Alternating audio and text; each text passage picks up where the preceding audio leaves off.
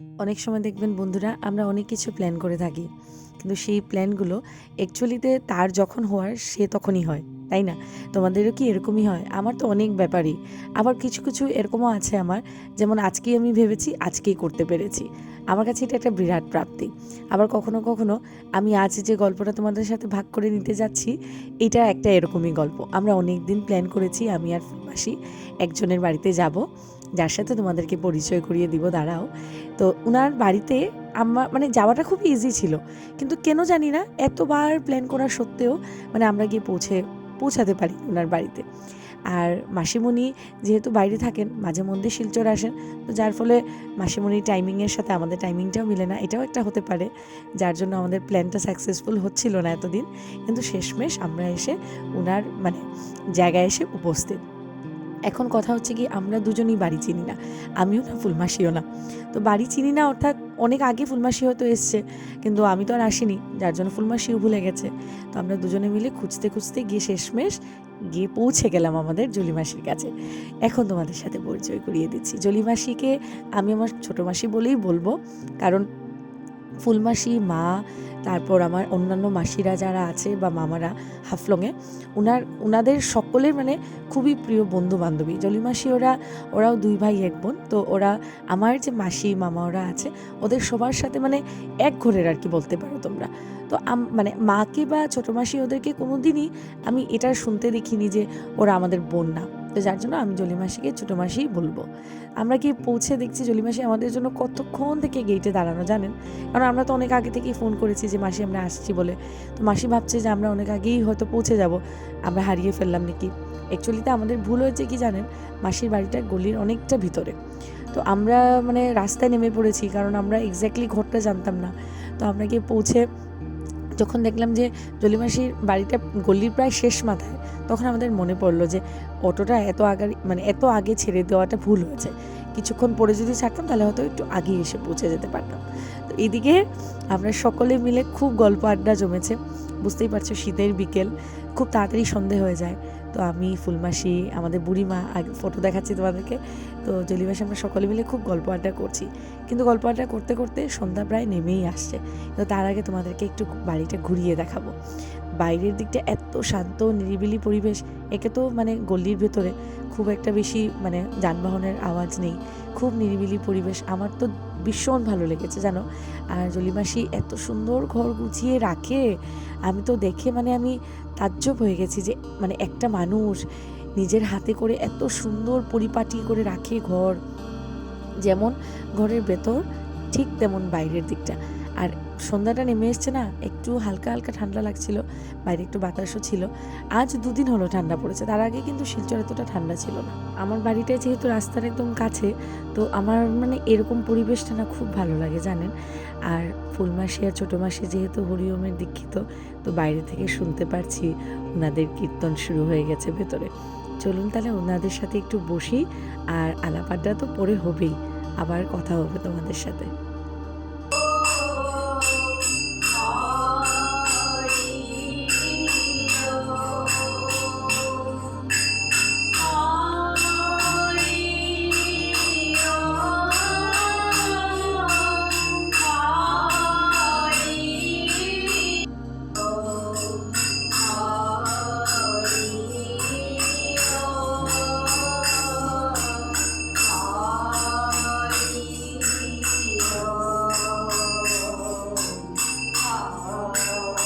বিকেলে ঠাকুরের নাম কীর্তন শেষ করার পর দেখছি সন্ধেবেলায় আমাদের জন্য যে টিফিনটা রেডি করেছে জলিমাসি, কি দুর্দান্ত! আর এত কিছু নিজের হাতে রান্না করেছে, বিশ্বাস করো।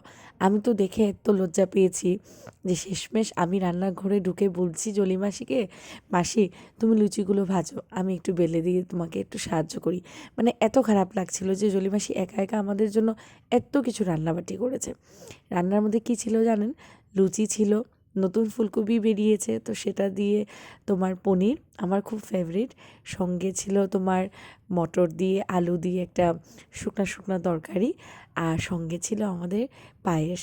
কি দুর্দান্ত কম্বিনেশন লুচির সাথে! মানে আমি যে তোমাদের সাথে এখন গল্প করছি না, আমার মনে হচ্ছে যেন আমি ওই স্মৃতিটাতে ফিরে চলে যাচ্ছি। আমার এখন আবার মনে হচ্ছে যেন এত কিছু খাবার দাবার আমি খেয়েছি, আমার এত ভালো, মানে এত ভালো রান্না করেছে না জলি মাসি।